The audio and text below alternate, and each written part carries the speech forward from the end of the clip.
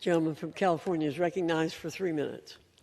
Madam Speaker, today I am presenting a resolution I've sponsored under the Congressional Review Act to reverse California's ban on gas-powered vehicles, to stop a single individual, Gavin Newsom, from dictating what tens of millions of Californians and other Americans are allowed to drive.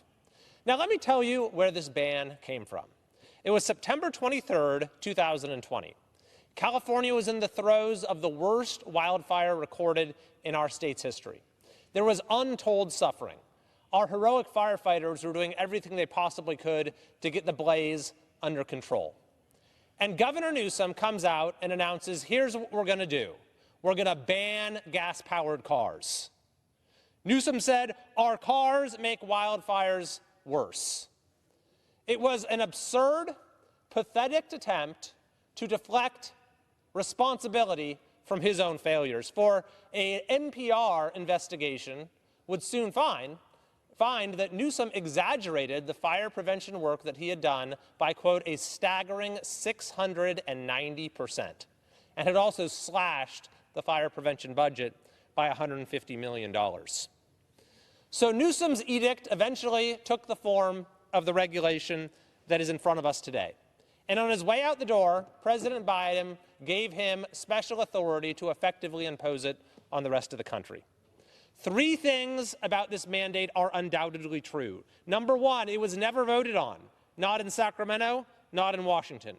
Number 2, it does have a nationwide impact. And number 3, it's not just a problem for the future, for the 35% mandate goes into effect next year. Therefore, we must act with urgency to democratically reverse that which was unilaterally imposed. It will be one of the most important things that we do in this Congress. It will lower costs, it will restore common sense, it will restore a paradigm of consumer choice. Look, I like EVs. I happen to drive an EV myself. It works well for where I live and for my lifestyle. But I would never think to use the coercive powers of government to impose my personal preferences as a consumer on everyone else. Americans should be able to drive a car of their choice, not one that is chosen for them by the government. And finally, with this resolution, we can restore a paradigm of dynamic innovation rather than command and control mandates. It is an odd approach to innovation that says we're going to force innovation by banning any and all available alternatives.